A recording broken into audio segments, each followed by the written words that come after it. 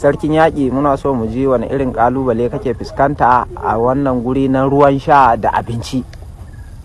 To alhamdulillah maganan ƙalubale da muke fuskanta a cikin wannan jeji, maganan abinci babu matsalar abinci, akwai abinci akwai komai, amma sai dai matsalar ruwan sha babu ruwan sha, gaskiya babu ruwan sha. muna ta kokarin mu ga da mu ga abinci amma babu ruwan sha, da ina ganin yau marban mu da ruwa ne ga mun kai kwana 18, amma da yake Allah na da mu dai muna na ba yadda za a yi dai mun dan samu ruwa, ko da ruwan kuta ne ko ruwan da shanu suka sha suka bari muka dan yi amfani da su, amma dai maganar ruwa babu ruwan sha.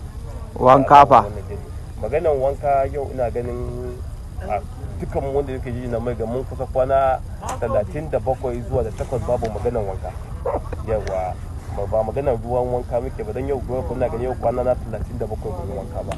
To amma addu'an mu dai samu zaman lafiya. Waɗannan mutanen da suka fitina al'umma suka hana su kasuwanci, suka hana su noma, suka hana su hulɗoɗi na yau da kullum, muna roƙon Allah ya kawo mana ƙarshen su, mu tabbatar da cewa wannan abu dai yau shine ake kira last fight. Mun shigo dajin nan na maganar last fight, in Allah da zuwa da wani lokaci kowa zai koma harkokin shi kamar yadda aka saba na kullum, amma maganar wanka yau kwana na 37 bai wanka ba. Yawa, to yanzu wane sako kake da shi da zaka tura mutanen Najeriya su ka faranta musu rai?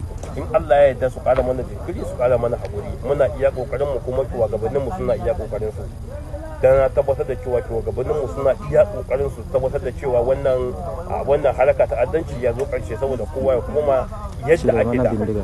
Insha Allah kuma Allah da yau ba da jimawa ba zan iya tabbatar muku nan da ɗan kwanaki kaɗan kowa zai yi addu'a, kuma kowa zai mana fatan alkhairi, amma dai kada a zage mu, a ci gaba da taya mu da addu'a.